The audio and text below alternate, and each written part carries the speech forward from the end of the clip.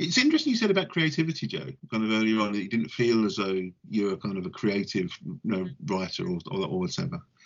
Well, how do you feel that? Where do your ideas come from?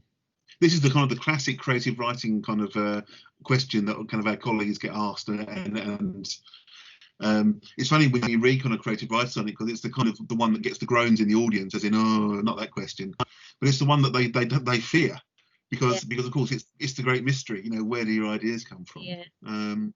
I mean, I think my schooling, I grew up with this sense of genius, that there's people out there who have these ideas that they just, are skipping along and a road, and they have this great idea for something, and then they perfectly produce it, and I think that's for me that's a really paralyzing idea, this idea that there are geniuses and there are people who aren't. I would be in the aren't category in my head. I'm in the aren't club.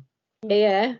And I think for me, I look at novelists and creative writers, and I just think, where on earth do you, it baffles me how people can be that incredibly creative, because I always feel like I'm reading other people's critical work, I'm reading a novel, and I feel like I just find a little gap, or find a question, or find a problem, or find something I'm interested in and explore it. And it always feels to me like I'm just working away at something that I find interesting, and that no one happens to have written about before, and that just I kind of see something that someone else has done. So I might like read Dickens and think, oh, I think that the idea originally came from reading George Eliot, actually, but this idea of roughness and why Gaskell, Eliot, Dickens are all writing about the kind of textured properties of other people and of the world, and thinking about how they relate to class prejudice, especially, and that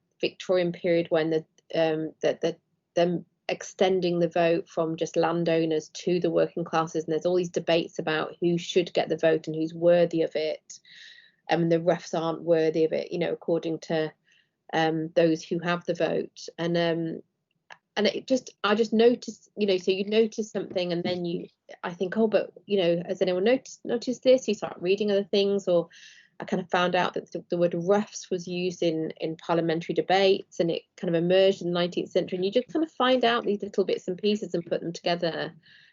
So for me, it always feels like it feels more like a kind of investigative problem solving, and that's what I really love doing, is I see a problem and I want to solve it, or I see a gap and I want to solve it. I want to know why something's there, and I solve it and write about it. And that is creative. I think I now recognize that is a creative thing to do, but I would never before have thought of that as a creative thing. So yeah, it's interesting, isn't it? Yeah. I mean, I think of it in terms of pattern recognition, that I kind of I this is kind of down to collages. I'm very drawn to collage work, and the connections between two disparate things, where you kind of think, oh, what's this connection here that I've noticed? How does that fit together? And kind of what does that imply about X, Y, and Z? I think that pattern recognition is a lot of what critical work is all about, isn't it? It's about and then articulating what you think that pattern is and what it might mean. I mean, some of the most, kind of really, extraordinary critical work is where you have conjunctions which are just hitherto completely unthought of. Where that's, and where you get this such a loop, and you can get that in student work, of course. Where a text you've read and you're very, very familiar with, and a student essay just tells you something completely different about that text that you've never ever noticed before. And that's a wonderful kind of thing to come across when you're marking. It's kind of like, that's when you kind of almost like your head flips off and flies around the room for a little bit and then comes back onto your shoulders because you're kind of so ecstatic. So yeah, it's you can find those. It's interesting. You can find those connections kind of everywhere, can't you? And they can be pointed out by the most unusual of ways. Really, it's really interesting. Yeah, it is. It is amazing when you read. I mean, I think in every batch of essays I read, there'll be one or two that will, something I've taught on for years and years, and I'm maybe even slightly bored of by now, and they'll just kind of say, this essay will say, you know, this author or that, you know, this text uses this image again and again in this kind of way, and I'll be like, I've never noticed that ever, and I've read this so many times, I've taught it, and they've just spotted something and made meaning out of it, or tried to think of why that's there, or what it does, or how it produces meaning. And it does, it just it makes that text come alive, and it, yeah, it's kind of really exciting moment of reading that, yeah.